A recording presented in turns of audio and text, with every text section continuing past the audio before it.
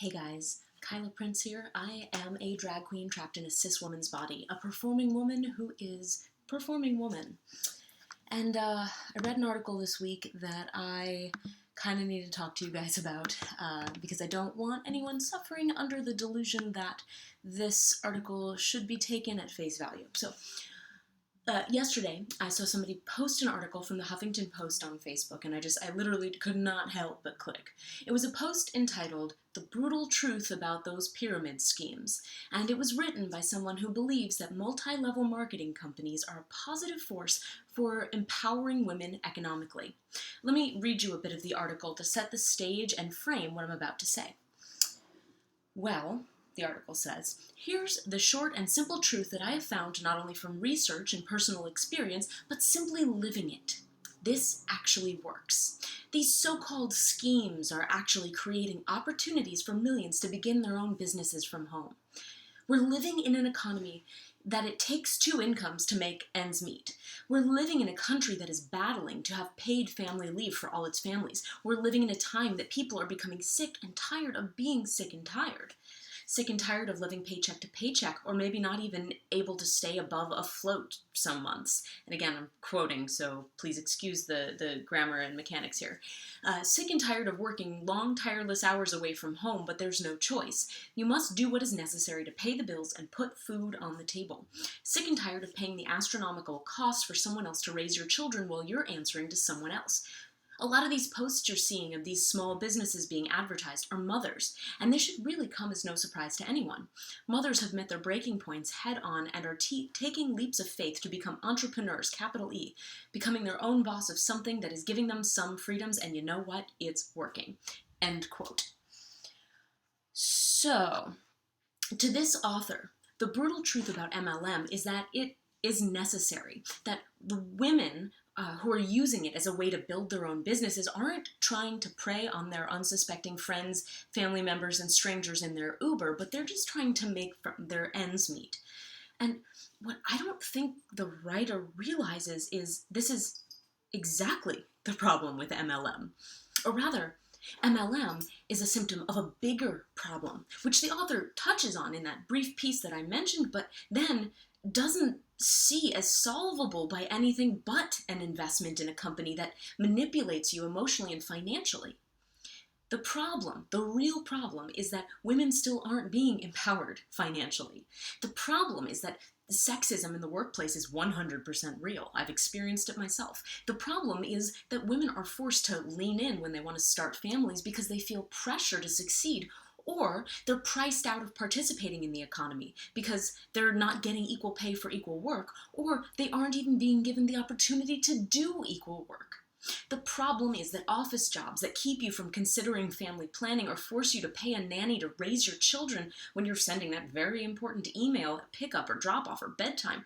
The problem is that jobs are often hostile environments where speaking up makes you the bitch, or staying silent makes you the one who has to take notes while the men speak. The problem is that the middle class is struggling, and single-income families are unable to make ends meet. Sometimes even dual-income families aren't making ends meet.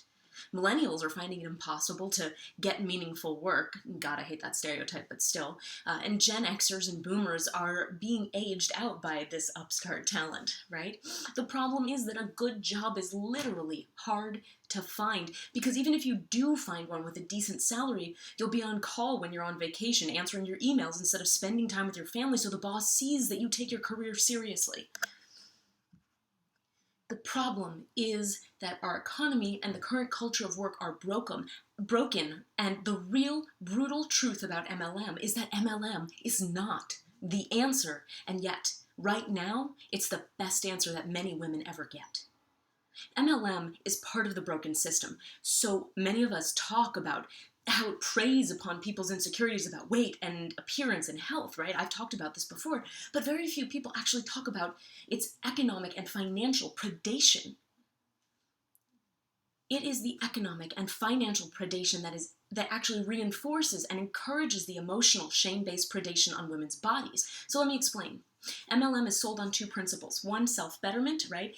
look good, feel better, get more energy, heal your problems, have great nails, whatever. 2, economic empowerment. You can start your own business, right? Or those 2 principles are really what these companies would have you believe.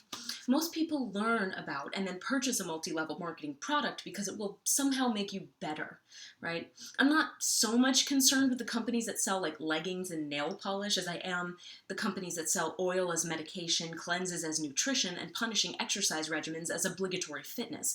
But in general, the idea is that once you own this product, you're going to be a better, healthier, happier person for it. Your life will somehow change. You'll have the after testimonial that matches the outlandish results that you heard about at your friend's casual selling party or on some fit coach's Instagram page. But when you go to the website and you actually talk to one of these coaches, you don't actually see the products that help you get better so much as you see the encouragement to build yourself a business from home. You see economic freedom. So what happens is you buy the product because you actually believe that something about your appearance needs to change, right? Or you want to get healthier. And then you buy the company's message because as long as you believe it, as long as you believe that this shake works or this exercise works, this wrap, this cleanse, etc., as long as you believe it, then you actually have the chance to be economically free. Could you imagine leaving a shitty job with sexist coworkers, a fight for career advancement, terrible vacation and family leave policies? Can you imagine making $1 for 75 cents worth of work instead of the other way around? Well, if you can imagine it, and then someone tells you that they can make it your reality, what choice do you have but to believe it and go all in? And this is the problem because once you're all in, you need those products to work. You need to keep doing the cleanses, marketing yourself with pictures holding shake bottles, sending out Facebook invites for your next round of coaching.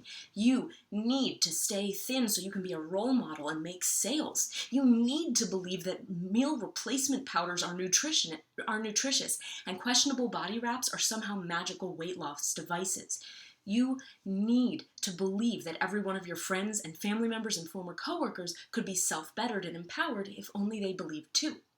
The brutal truth about MLM is that it's a symptom of a diseased work culture and economy, and it's a poor excuse for a panacea. And let me just say something before you get upset, especially to my friends who do sell MLM. I do not fault the women who fall for it. In fact, as one of my Facebook friends pointed out, they should be applauded for how hard they are working to make their dreams come true, to become economically free. I honestly believe that the people who buy into the concept of MLM and promote the hell out of it and do the work are hardworking and so motivated and absolutely deserve their success. But I know that it's often because that they are at their wits' end. Their career of choice was a dead end. Right? They had to choose between family and career advancement, or they were discouraged from STEM at a young age, or harassed by coworkers, or bored and disengaged from their corporate job, or unable to make their ends meet, or any number of things.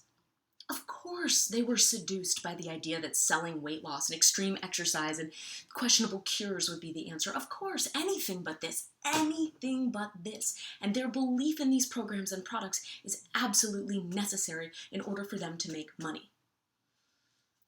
Of course, they feel threatened when people like me say, hey guys, maybe there's something wrong here. Of course, they're quick to defend the quality of their cures and the importance of weight loss when people like me suggest that the messages that they're spreading are actually shaming and fatphobic. Of course.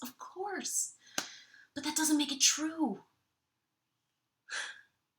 It doesn't make it right. It doesn't delegitimize the hustle and the work that these women do. As the author of this post was quick to point out, these women are not at fault for needing these messages that they're spreading to be true. They're not at fault for needing to believe. The companies themselves who are preying on innocent people's financial struggles are at fault. Or even worse, the employers who are disempowering women from career advancement or creating hostile work environments or making women choose between children and career are at fault. Our broken economy with our financially ailing middle class is at fault.